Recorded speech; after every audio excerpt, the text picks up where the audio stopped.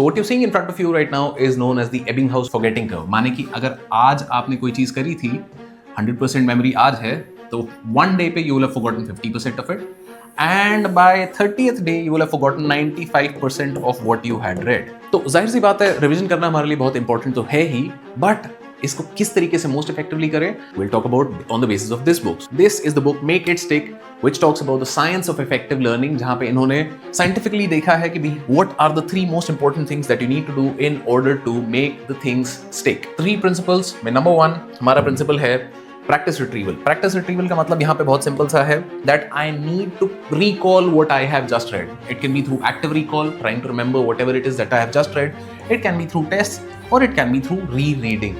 This is the first most important one. Second and third, rereading is the most inefficient way. Active recall करोगे ज़्यादा अच्छा रहेगा. Second, spaced repetition. Spaced repetition is again the same thing.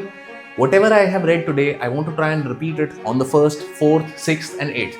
Now naturally this can become too burdensome. क्यों? क्योंकि अगर मेरे को हर subject इस तरीके से रिपीट करना पड़ेगा तो मैं आगे ही नहीं बढ़ पाऊंगा. तो instead of this, you can repeat on the 1st, then on the 7th and then on the 30th day to make your life easier. This is not perfectly efficient, but it will get the job done. Number 3, you have mixed practice. Mixed practice का मतलब क्या है?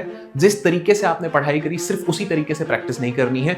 अगर आपने MCQ के basis पे पढ़ाई करी थी किसी टॉपिक की, तो try and write answers for that. If you read a particular subject for mains, try and answer MCQs for that. This will help it stick in your brain for much longer. And let me know if these things work for you. All the best.